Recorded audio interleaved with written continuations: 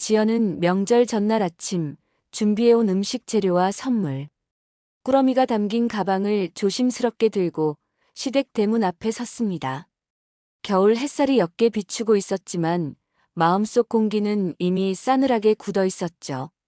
초인종을 누르기도 전에 안에서 문이 벌컥 열렸고 시어머니는 마치 기다렸다는 듯 차가운 눈빛으로 지연을 바라보았습니다. 왔나? 정리할 시간도 없다. 바로 부엌으로 들어가라. 시어머니는 인사도 생략한 채 지시부터 건넸습니다. 지연은 고개를 숙이며 네, 어머니. 라고 조용히 대답한 뒤 신발을 벗고 급히 안으로 들어갔습니다.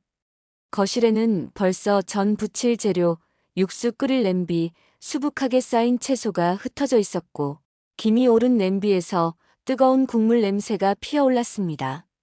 시어머니는 조리대를 손으로 한번 쓸며 이번 명절엔 내가 거의 다 한다 생각해라. 며느리 된 이상 배워야지. 라고 덧붙였습니다. 말투는 담담했지만 그 안에는 평가하려는 마음이 분명히 묻혀 있었죠. 남편 도윤은 잠에서 막 깬 얼굴로 거실을 지나며 분위기를 눈치챘지만 어머니 앞에서는 아무 말도 하지 못했습니다. 어제 늦게까지 일했잖아. 좀 쉬고 나와. 라는 말만 남기고 방으로 들어가 버렸죠. 지연은 잠시 그 뒷모습을 바라보다가 장갑을 끼고 조용히 마늘을 다지기 시작했습니다. 부엌 한쪽에서는 시어머니가 정종을 꺼내며 숟가락 위치, 접시의 방향 하나까지 신경 쓰고 있었고 그 행동은 마치 이 집의 주인은 나라는 선언처럼 보였습니다. 김치는 미리 꺼내놨으니까 내가 간 보고 나물도 같이 무쳐라. 우리 집은 손맛이 중요하니까 대충은 안 된다. 시어머니는 목소리를 낮췄지만 날카로운 기운은 숨기지 않았습니다. 지연은 고개를 끄덕이며 조심스럽게 간을 맞췄지만 손끝이 미세하게 떨렸습니다. 부엌 시계 초침이 또각또각 울리고 가스레인지 위에서는 기름이 미세하게 튀며 팽팽한 긴장을 더했습니다. 재료는 많았지만 숨을 쉴 틈은 없었고 말보다 눈치로 움직여야 하는 시간이 시작된 듯 했습니다. 창문 사이로 들어오는 찬 공기와 끓는 냄비의 습기가 섞이며 유리창을 뿌옇게 만들었고 그 속에서 지연의 얼굴은 어딘가 흐릿하게 비쳤습니다. 아직 아무 일도 일어나지 않았지만 부엌의 공기에는 이미 말하지 못할 무게가 내려앉았습니다. 새벽 공기가 채 가시기도 전에 부엌은 이미 뜨겁게 달아오르고 있었습니다. 시어머니는 쉴 틈 없이 일을 분배하며 한 손으로 앞치마를 고쳐 묶었고 지연은 말 없이 고개를 끄덕이며 칼을 들었습니다. 마늘 다지는 소리, 탕 끓는 냄비의 보글거림, 기름에 전 부치는 소리가 겹치며 공간을 촘촘하게 채웠죠. 도련님들 오기 전에 기본 차는 다 올라가야 한다. 속도 좀 내라. 시어머니는 말은 차분했지만 눈빛은 예민하게 빛났습니다. 지연은 시금치를 데쳐 조물조물 무치며 간을 맞추다가 손끝에 남은 소금기를 베개 스치듯 털어냈습니다. 잠이 덜 깬 몸으로 나와 거실에 앉은 시누이는 커피를 마시며 부엌 쪽을 힐끔 봤지만 일손을 보태진 않았죠. 그런 기색에도 시어머니는 아무 말 없이 지연 쪽으로만 시선을 돌렸습니다. 기름팬 옆에서 전을 뒤집는 동안 손등에 튀는 뜨거운 기름이 따끔거렸지만 지연은 손목만 살짝 접은 채 표정을 바꾸지 않았습니다. 쌓여가는 전 더미 옆으로 시어머니는 다가와 한 장을 들어 올려 냄새를 맡고 색을 살폈습니다. 너무 두껍다. 이렇게 하면 양 많아 보이기만 하지 입에선 느끼하다. 그 말은 조용했지만 명확하게 지적이었고 부엌 공기를 더 무겁게 만들었죠.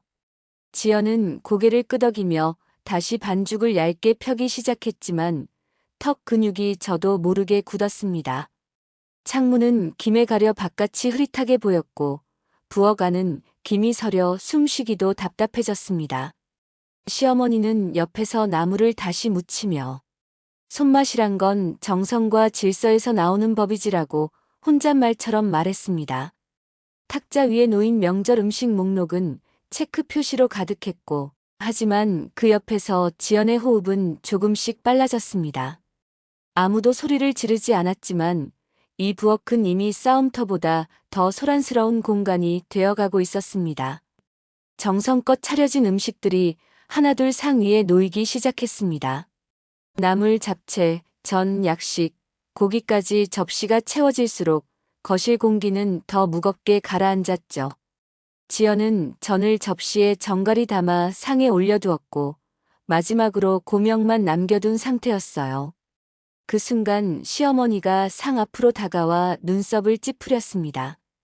그녀는 전 한 조각을 젓가락으로 집어들더니 잠시 바라보다가 아무 말 없이 그것을 바닥으로 던졌어요. 우리 집안 상에 이런 모양은 올릴 생각도 마라. 차갑게 뱉어진 말은 칼보다 깊게 공기를 갈랐습니다. 바닥에 떨어진 전은 기름 자국을 남기며 구겨졌고 그 순간 상 위에 있던 모든 그릇도 숨을 죽이듯 고요해졌어요. 앉아있던 친척들은 젓가락을 들고 있다가 그대로 멈췄고 누군가는 숨도 크게 쉬지 못한 채 시선을 피했습니다. 지연은 손에 들려있던 접시를 내려놓지 못한 채 얼어붙은 듯 서 있었어요. 젓가락을 쥔 손가락에 힘이 빠져 떨림이 생겼지만 아무 말도 나오지 않았습니다. 시어머니는 상 옆에 선 며느리를 돌아보지도 않은 채 전이 떨어진 바닥을 잠시 바라보다 종지 하나를 치우듯 발로 밀었습니다. 남편 도윤은 상황을 이해하려는 듯 지연과 어머니 사이를 번갈아 바라봤지만 몸을 움직이지 못했어요. 표정은 당황했지만 입술은 굳게 닫혀 있었죠. 지연의 목 안쪽은 뜨겁게 타 들어갔지만 눈물은 끝까지 흘러내리지 않았습니다. 공기는 온기 없이 식어갔고 상 위에 놓인 음식조차 차갑게 보일 만큼 정적이 흘렀습니다. 지연은 천천히 숨을 들이쉬며 손을 떼고 뒤돌아섰고 부엌으로 걸어가는 그 발걸음은 누구도 붙잡지 않았어요. 유일하게 들리던 소리는 바닥에 떨어진 전 옆으로 떨어져 내리는 기름 한 방울의 소리뿐이었습니다. 지연은 부엌을 지나 방으로 들어가 문을 조용히 닫았습니다.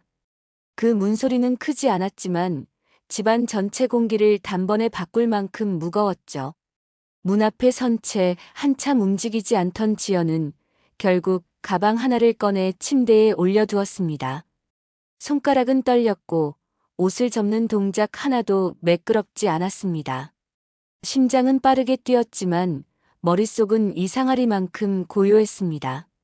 거실에서는 접시가 부딪히는 소리도 말소리도 들리지 않았습니다. 모두가 아무 일도 없던 것처럼 움직이고 있었지만 그 침묵은 오히려 거센 폭풍처럼 귀를 때렸습니다. 남편 도윤은 방문 앞에서 서성이며 손잡이를 잡았다가 결국 내려놓고 아무 말 없이 돌아섰습니다. 문틈 아래로 들어오는 복도의 따뜻한 조명만이 그녀가 아직 이 집에 있다고 말해주는 듯 했죠. 지연은 거울 앞에 앉아 조용히 숨을 들이쉬었습니다. 볼을 타고 눈물이 떨어질 듯 흔들렸지만 끝내 흐르지 않았죠. 왜 참아야 할까라는 생각이 잠깐 머리를 스쳤다가 사라졌습니다. 짐을 다 싸지는 않았지만 떠나야 한다는 생각만은 확실히 가슴 깊숙이 자리 잡았습니다. 밖에서는 시어머니가 다시 상을 정리하며 접시를 옮기는 소리만 들렸습니다. 누구도 사과하지 않았고 누구도 그녀를 부르지 않았습니다. 그 정적은 말보다 잔인했고 따뜻해야 할 명절의 공간은 차갑고 낯선 곳이 되어 있었습니다. 방 안의 공기는 낮게 가라앉아 있었고 지연은 짐가방을 반쯤 채운 채 침대 가장자리에 앉아 있었습니다. 손등에 묻은 전 부친 기름 냄새가 아직도 남아 있었고 그것이 모든 상황을 다시 생각나게 했습니다. 문 밖에서는 접시와 수저 부딪히는 작은 소음만 들려왔고 그 외에는 누구의 발소리도 들리지 않았습니다. 남편 도윤은 결국 문 앞에 서서 작은 숨을 쉬며 손잡이를 천천히 돌렸습니다. 문틈 사이로 조심스레 고개를 들이밀며 방 안을 살폈고 지연의 굳은 표정을 보고 말을 잇지 못했습니다. 지금 나가면 더 일이 커질지도 몰라. 그는 조심스럽게 말했지만 그 목소리엔 걱정보다 두려움이 더 많이 묻어 있었죠.